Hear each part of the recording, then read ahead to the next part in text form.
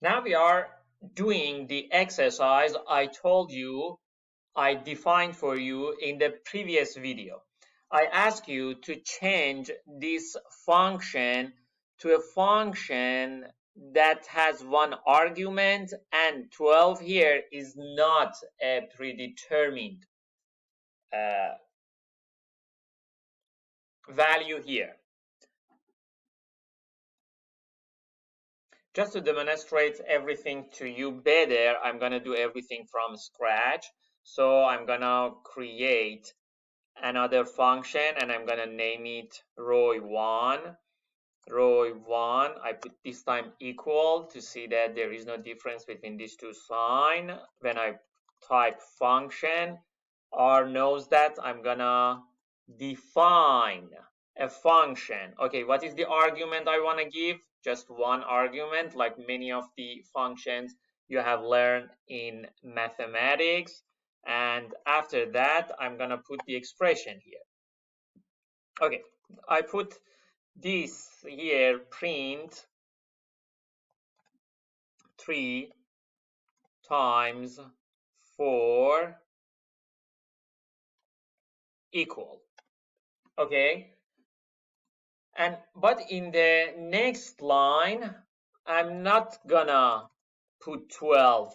I'm gonna ask my function to print the argument that you give it here inside. In fact, you give the answer to this thing. And so we have this. Okay, now I'm gonna run it. You have run it. But let's invoke it. When we want to invoke it, I put the name of the function. You see, it tells me there are two functions with the name of row at the beginning of them. So I go for the other one. But here, open and close parentheses. But since here I have an argument, I need to give it a value. Okay, I give it the value row1. What happens if I run this? Row1 goes and find this function and start running the statements line by line. So first it prints 3 times 4 equal, and in the next line it prints the argument that I'm giving it, that is 12. So when I run it, you see exactly these things. You may ask me, Milad, what happens if instead of 12 I give it, for example, 5400? Okay, here you are gonna get 5400. You have the function, you don't need to define it again, you just invoke it another time with another argument. And as you can see, it would be the results. Make sure you got every point about this argument before you continue the video with other examples and challenges. The next point I'm telling you is not specifically about functions, but it is a general point in our programming. And it is that you may ask, that, for example, Milad, is it possible that we bring this 12 next to the equal so it looks more professional and more readable, that we can read it in this way? 3 times 4 equal 12. Makes sense. So let's make another function for that. But before we do that, let me tell you about the function. Since R is very close to human language, the commands, as you have noticed so far, are close to that. So we have a command that is paste. Okay, it's a defined standard command in R.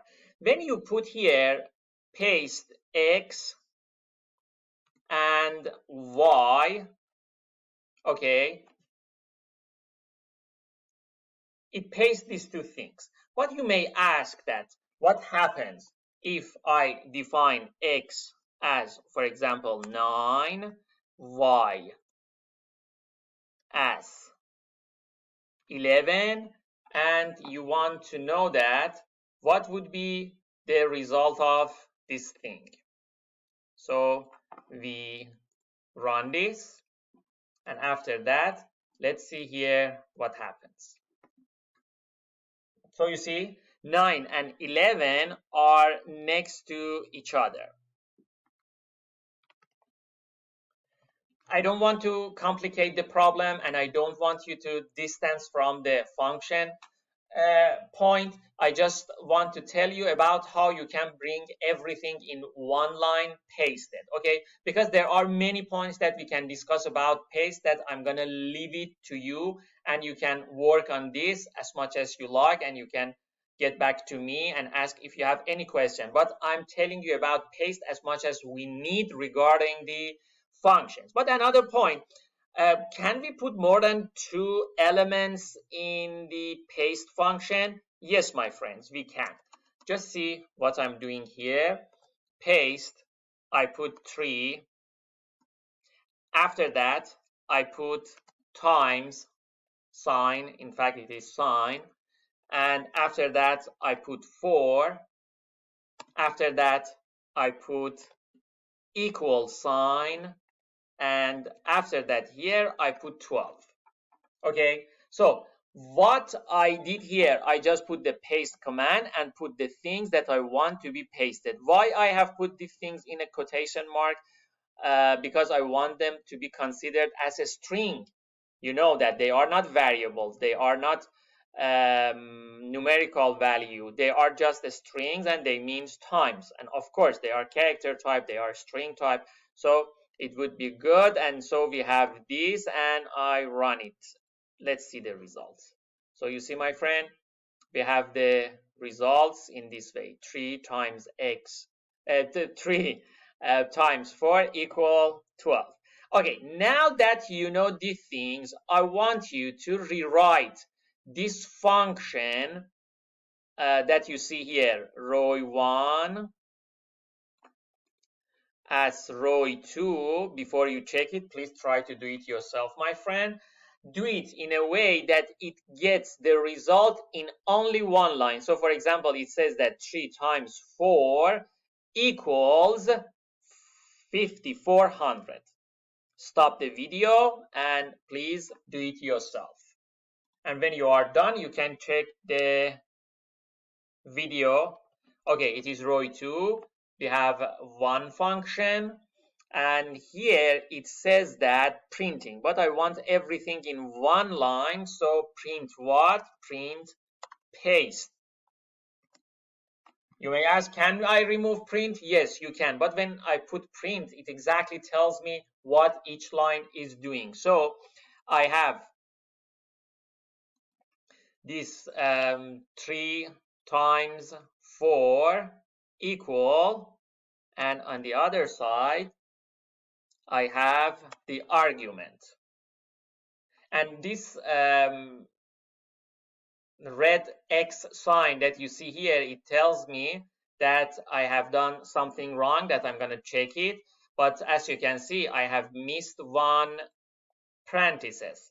So I put the parenthesis here, and it is fine now. And I have put now everything in one line. So I have a function that everything is one line. 3 times 4 equals to what? You run it here. So when I put here 12, first I run this function, and after that I run this. Okay, you see what was my mistake? I ran roy2, but I invoked roy1.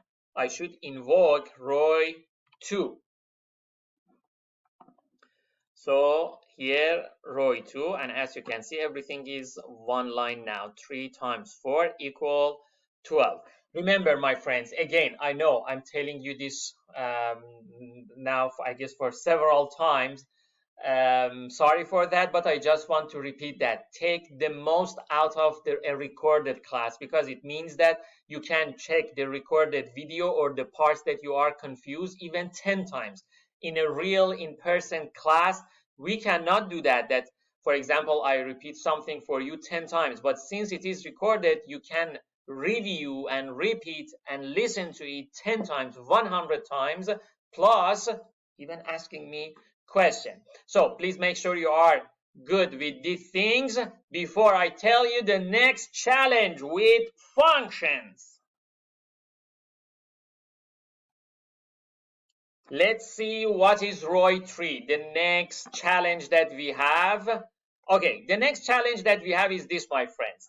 As you can see here, the only argument that our function gets is x, is the result of 3 times 4.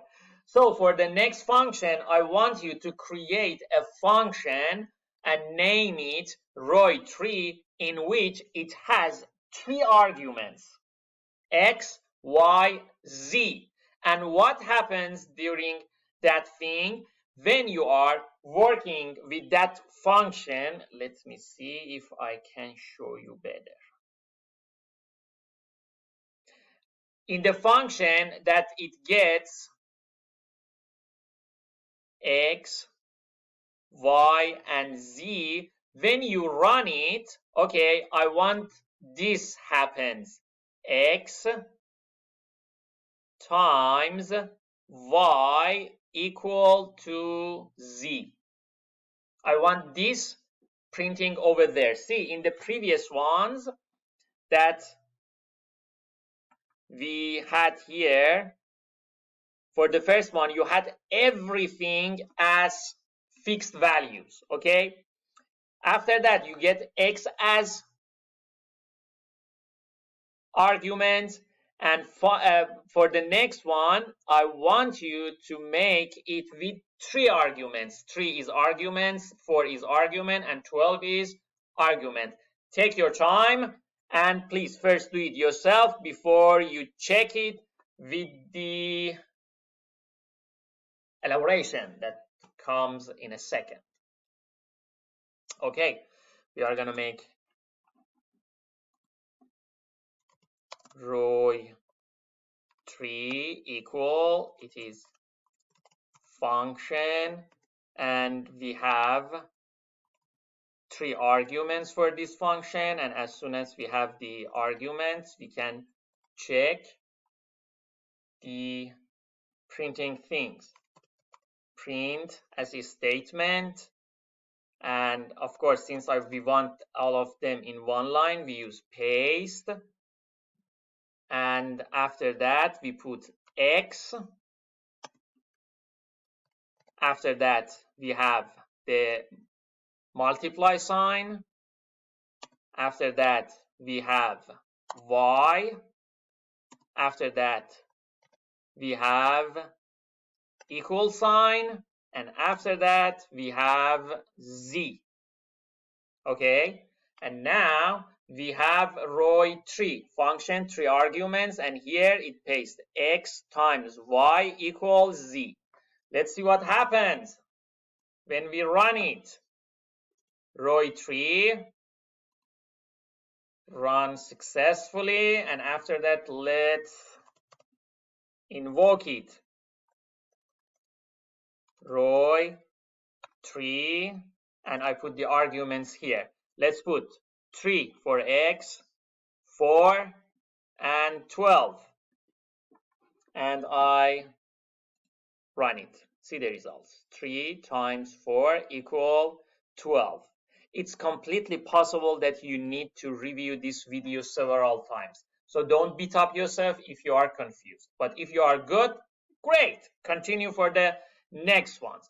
Okay, let's check it with another numbers to see what happens. I put ROI3 here, and here, for example, I put 10, and here, for example, I put 20, and the answer, I'm gonna put 200.